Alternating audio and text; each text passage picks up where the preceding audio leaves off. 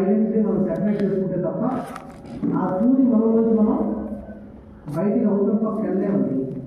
ఈ బ్యాగేజ్ తోటి మనకి రావు పోలేవాలి. ముందుగా వెళ్ళేటప్పుడు 15 కేజీలు బ్యాగేజ్ వెళ్ళాలి, కానీ మన ఆ సూది మనలోంచి వెళ్ళాలంటే మనకి పర్సనాలిటీ అన్న బ్యాగేజ్ ఉండకూడదు. వాటి ఏం చేస్తున్నారు, ఇంత చిన్నగా పర్సు మారిపోతుంది, ఇంత పెద్ద బ్యాగ్